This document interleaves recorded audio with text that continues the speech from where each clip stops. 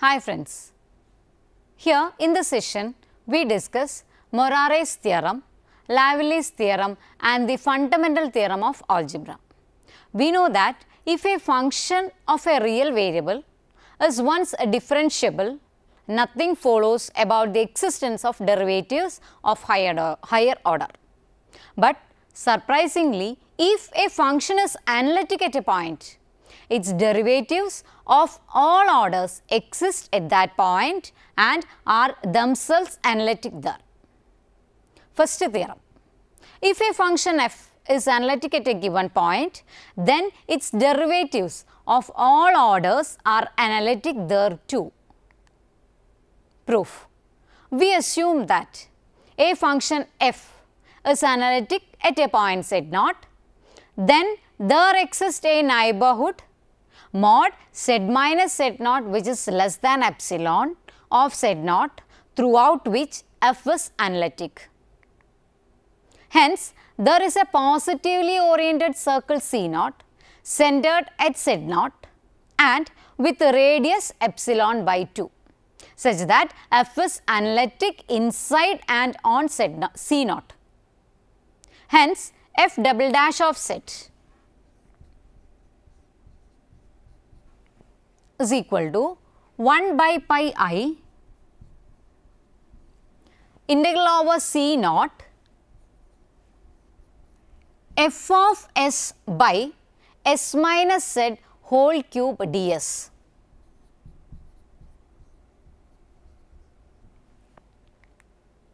At each point z interior to C0 and the existence of f double dash of z throughout the neighborhood mod z minus z0 less than epsilon by 2 means that f dash is analytic at z0. One can apply the same argument to the analytic function f dash to conclude that its derivative, that is f double dash, is analytic, etc. This proves the theorem. Next, corollary. If a function, that is fz is equal to uxy plus ivxy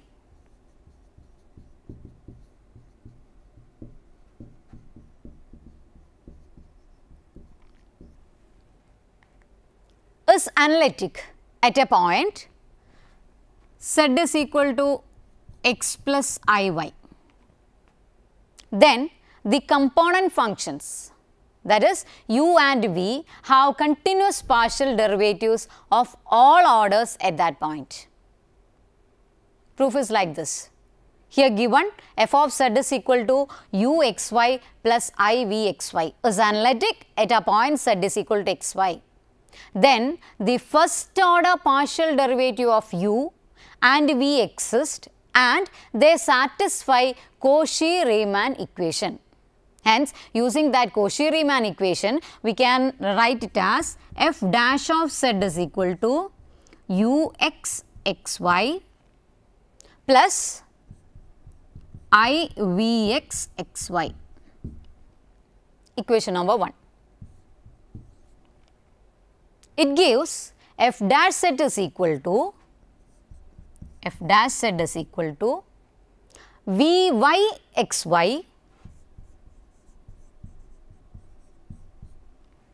minus iuyxy. This is by using our Cauchy-Riemann equation. Equation number 2. By virtue of the above theorem, f dash z is also analytic at z and hence continuous at z. Therefore, first order partial derivative of u and v are continuous at z is equal to xy. Now, using 1, we can say f double dash of z. By using 1, we can write f double dash of z is equal to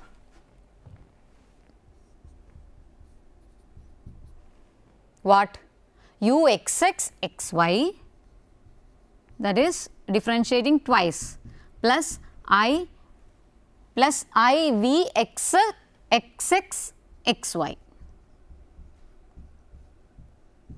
Equation number 3.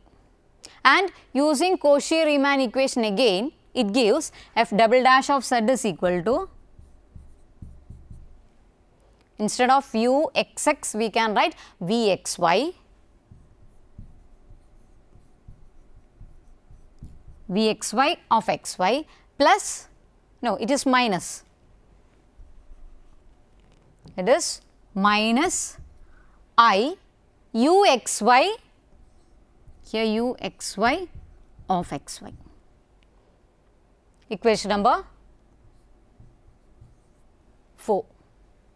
Also using 2, we can write f double dash of z is equal to vyx xy minus I uyx xy.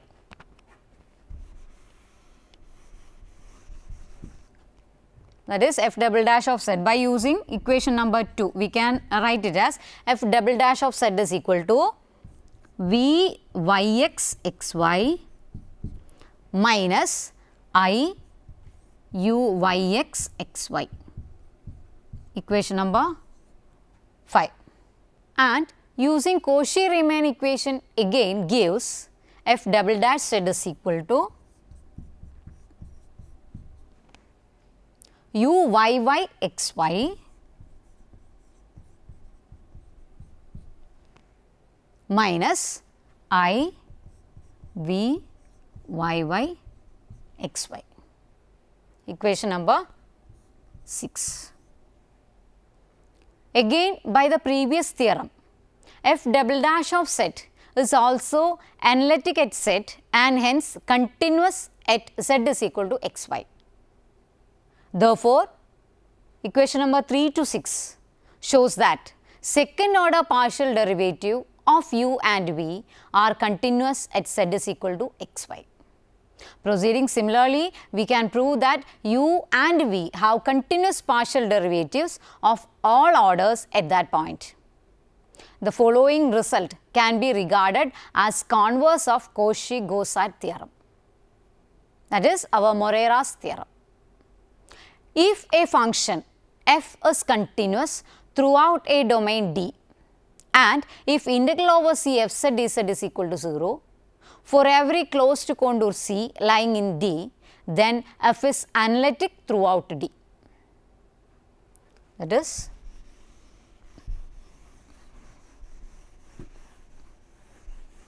theorem says that integral over C f z dz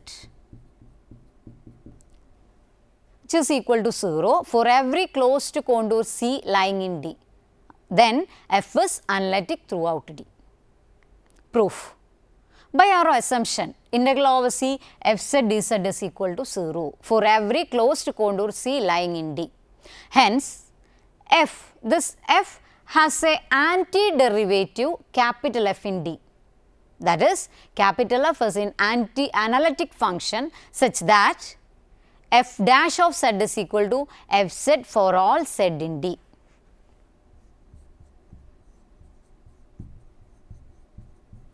That is, f dash z is equal to f z for all z in D. This is for all z in D. We know that derivative of analytic function is analytic. Hence, f being the derivative of analytic function f is analytic. Therefore, this completes the proof. Next, we have Lavelli's theorem and the fundamental theorem of algebra. We begin with an inequality known as Cauchy's inequality. That is, Cauchy's inequality for fn of z naught. Suppose that a function f is analytic inside and on a positively oriented circle CR centered at z naught and with the radius r. If MR denotes the maximum value of mod fz on CR, then mod fn z naught, it is less than or equal to n factorial into MR by r raised to n, where this n varies from 1, 2, 3, etc. Proof. Here given f is analytic inside and on a positively oriented circle CR. It is centered at Z0 and with radius R. Hence, derivatives of all orders of Fz are analytic and Fn of Z0, we can write Fn of Z0 is equal to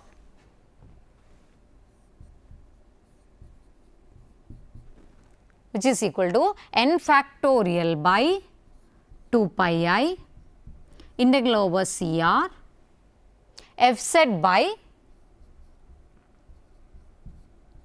Z minus Z0 raised to n plus 1 dz, where of course this n is n varies from 1, 2, 3 etc. Hence, modulus of Fn of Z0, modulus of Fn of Z0 which is equal to, we can put brackets here, Fn of Z0 is equal to n factorial by 2 pi I, put modulus here, modulus of n factorial by 2 pi I integral over CR Fz by Z minus Z0 raised to n plus 1 dz.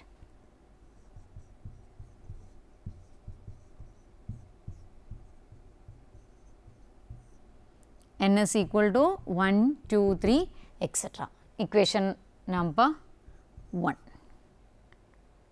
Since mod Z minus Z0 is equal to R and since MR is the maximum value of mod f of Z on C for all Z in C, we have modulus of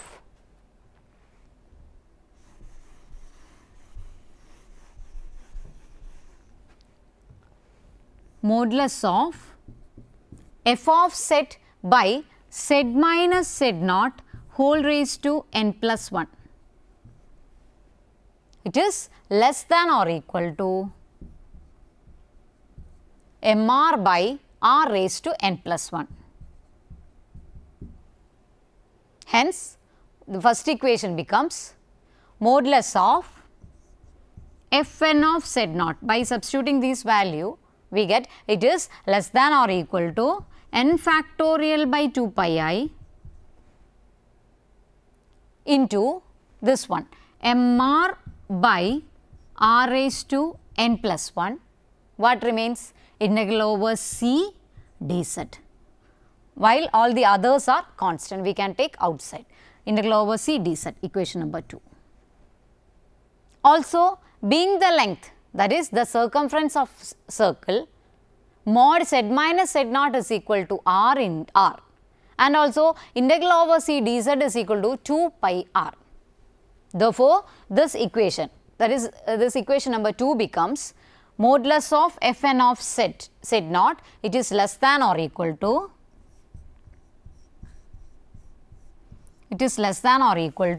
n factorial by 2 pi I into MR by R raised to n plus 1. So, what is integral over C dz? It is 2 pi R into 2 pi R. So, it becomes, which is equal to, we can cancel this 2 pi and here we have R raised to n plus 1 and here we have R. So, altogether we get it is equal to n factorial by R raised to n into what remains? Here we have MR. All the other get cancelled. So, it is n factorial by R raised to n into MR, or we can say n factorial MR by R raised to n. Note, when n is equal to 1, the Cauchy inequality becomes, here substitute n is equal to 1, this inequality changes to modulus of f dash of Z0,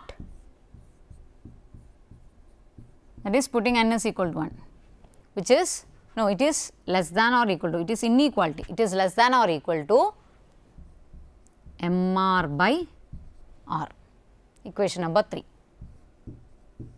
That is, while n is equal to 1. Next we have Lavelli's theorem. If a function f is entire and bounded in the complex plane, then fz is constant throughout the plane. It is a very important theorem. That is, since f is entire, the Cauchy's inequality holds for any choice of z0 and R. The bounded condition tells us that a non-negative constant m exists such that mod fz is less than or equal to m for all z.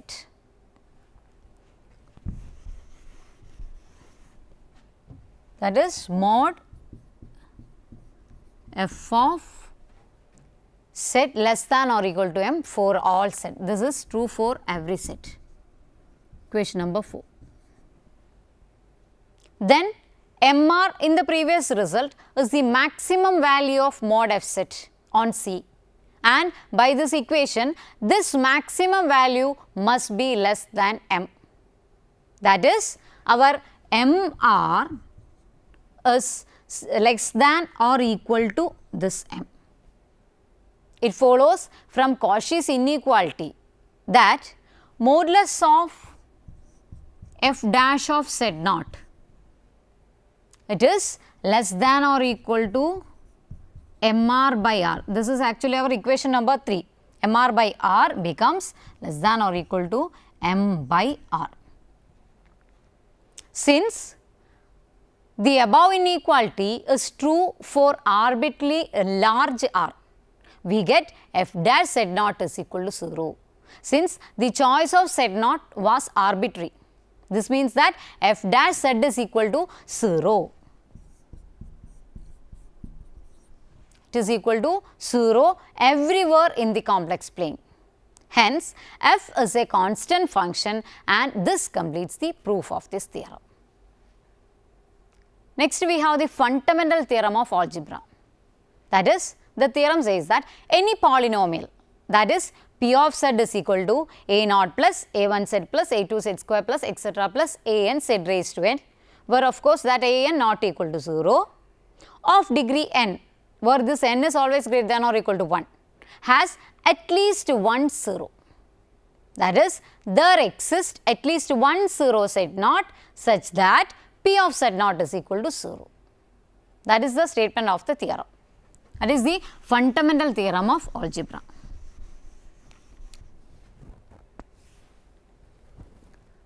The proof is by contradiction method. If possible, suppose that pz not equal to 0 for all set. That is, we are assuming pz not equal to 0 for all set. Then the function, that is fz is equal to 1 by pz, being quotient of two analytic function, that is 1 and pz, is everywhere analytic. That is, fz is an entire function. Our fz, that is 1 by pz, it is an entire function. Now, we show that fz is bounded. To prove this, we first write w is equal to a0 by z raised to n plus a1 by z raised to n minus 1 plus a2 by z raised to n minus 2 plus etc. plus a n minus 1 by z raised to, okay, it is z raised to 1. Equation number 5. So that pz, which is equal to an plus w into z raised to n, that is pz is an plus w whole into z raised to n. We then observe that a sufficiently large positive number r can be found such that for all I is equal to 0, 1, 2, etc. up to n minus 1, mod ai by z raised to n minus I, it is less than mod an by 2n. It is for all z with mod z greater than or equal to r. Equation number 6.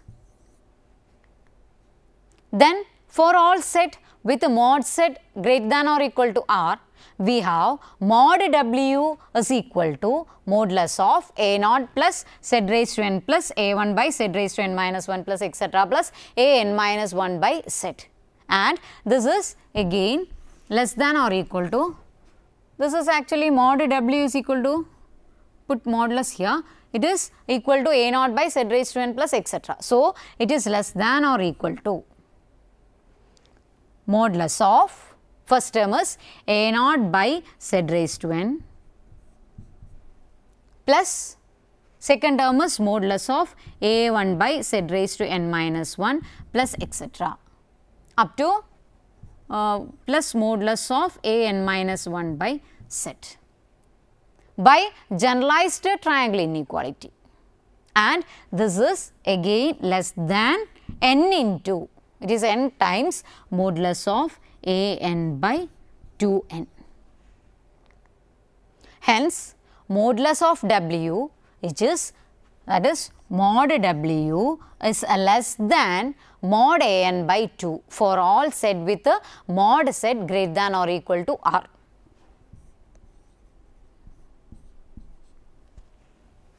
For all set with a mod set greater than or equal to R. Consequently, when mod set greater than or equal to R,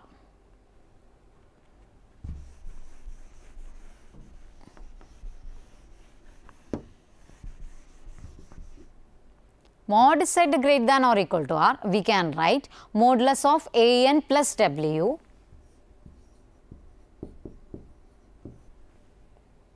is greater than or equal to modulus of mod A n minus mod W, that is modulus of mod A n minus mod W, which is greater than what? Mod A n, it is greater than mod A n minus mod A n by 2. So, this is what? It is again mod A n by 2. So, this enables us to write modulus of P set. Modulus of P set, it is equal to modulus of A n plus W into modulus of z raised to n. It is greater than or equal to mod A n by 2 into mod z raised to n. That is, this is again greater than or equal to mod A n by 2 into R raised to n. Whenever this mod z greater than or equal to R, then mod f z is equal to 1 by mod p z, which is less than 2 by mod A n into R raised to n, whenever mod z is greater than R. So, f is bounded in the region exterior to the disk mod z less than or equal to R, but f is continuous in the closed and bounded disk mod z less than or equal to R, and hence f is bounded on the closed disk mod z less than or equal to R also. Combining these f is bounded in the complex plane, that is, our f is a bounded entire function. Hence, by Liebowitz theorem, f z is a constant. Now, f z is a constant implies its reciprocal, that is, our p z is also a constant, but this is a contradiction to the fact that p z is a non-constant polynomial, as its degree is greater than or equal to 1. Hence, our assumption that p z not equal to 0 for all z is wrong. So, that p z is equal to 0 is 0 for some value of z. Hence, p z has at least one 0 there. This is the proof. The fundamental theorem of algebra also provides the following result, that is,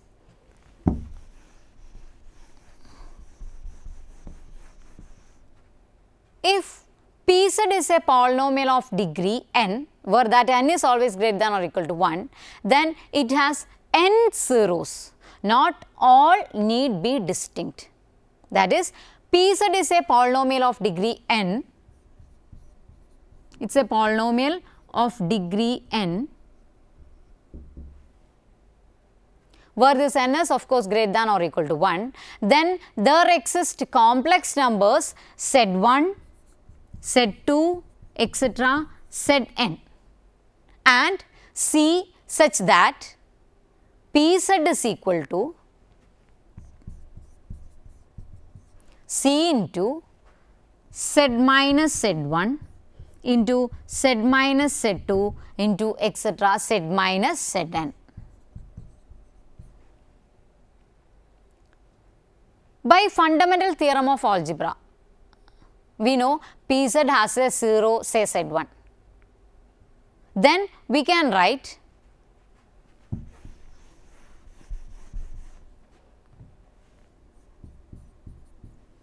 Pz is equal to Z minus Z1 into Qz,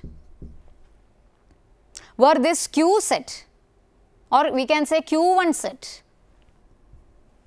this Q1z is a polynomial of degree n minus 1. If Q1z is constant, the proof is completed. Otherwise, that is, our Q1z is a non-constant polynomial. Hence, again by our fundamental theorem of algebra, this Q1z has a 0, say Z2.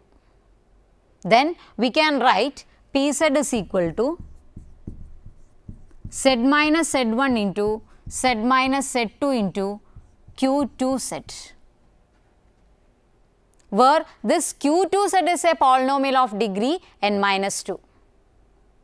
If this Q2z is a constant, then the proof is completed, or otherwise, that is, this Q2z is a non-constant and we continue the work again. That is, for this Q2z, again by fundamental theorem we can find a 0, like that. Since n is finite, this work terminates at a finite stage and we obtain Pz is equal to